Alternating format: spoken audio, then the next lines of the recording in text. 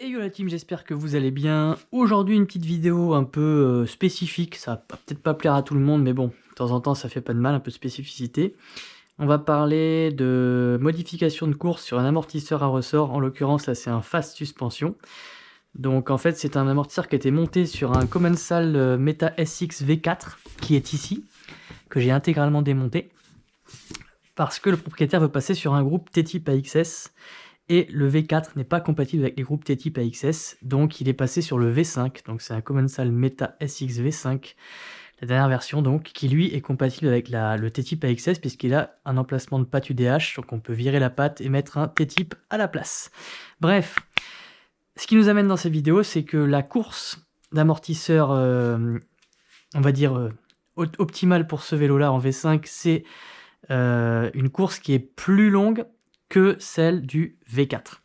Donc l'amortisseur qui était monté sur le V4, il y avait des cales de 2,5 mm d'épaisseur pour venir réduire la course. Donc là on va supprimer ces cales sur cet amortisseur là pour pouvoir avoir une course optimale pour le V5. Donc c'est ce que je vous montre dans cette vidéo d'aujourd'hui. Allez, c'est parti.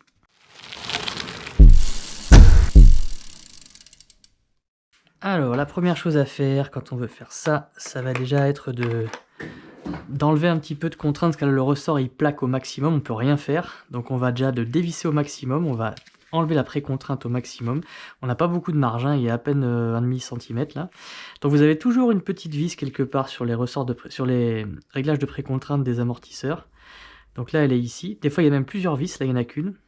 Donc on la dévisse pour pouvoir tout simplement activer la bague.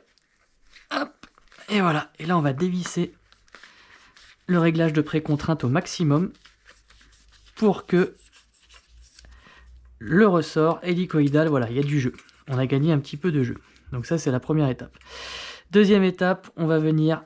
Alors, on met bien la tête sur quelque chose qui n'est pas fragile. Donc ça, c'est du caoutchouc et c'est pas un problème.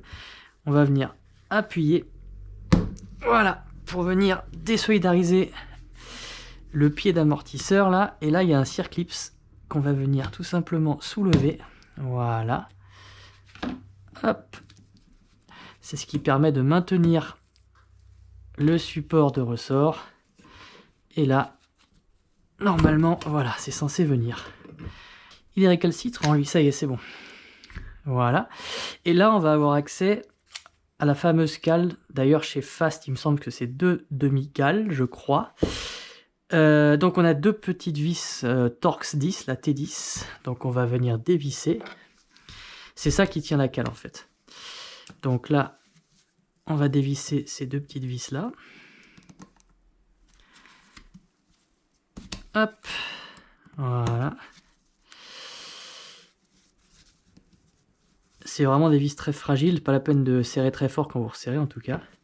Là, on peut se servir d'un petit pointeau pour venir enlever le bottom. Attends, je vais essayer de voir si je peux le pousser comme ça.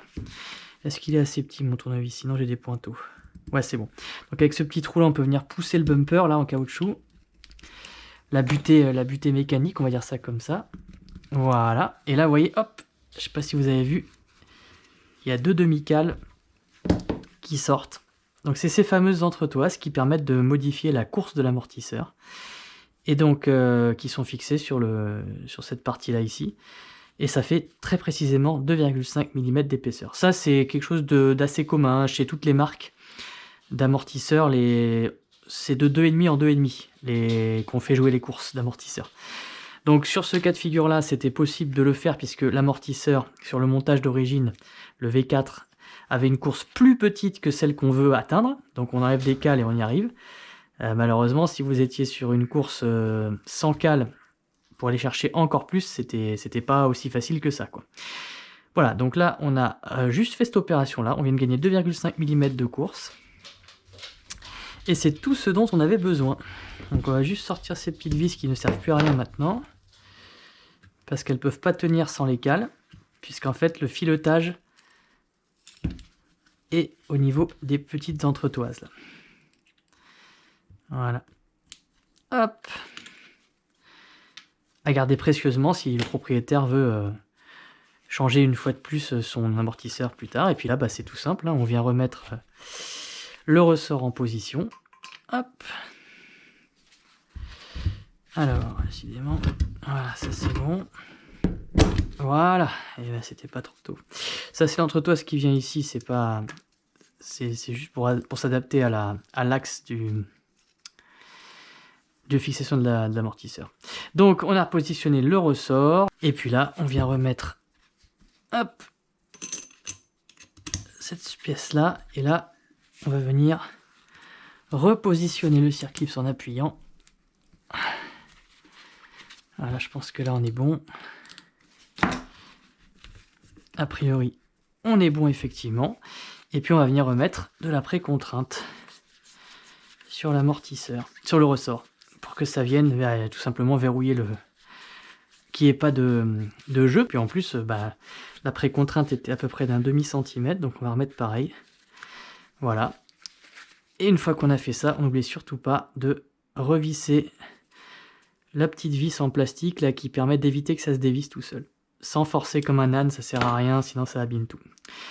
Voilà, et on a modifié tout simplement la course de cet amortisseur là. On va pouvoir le remonter sur le V5, qui est de toute beauté.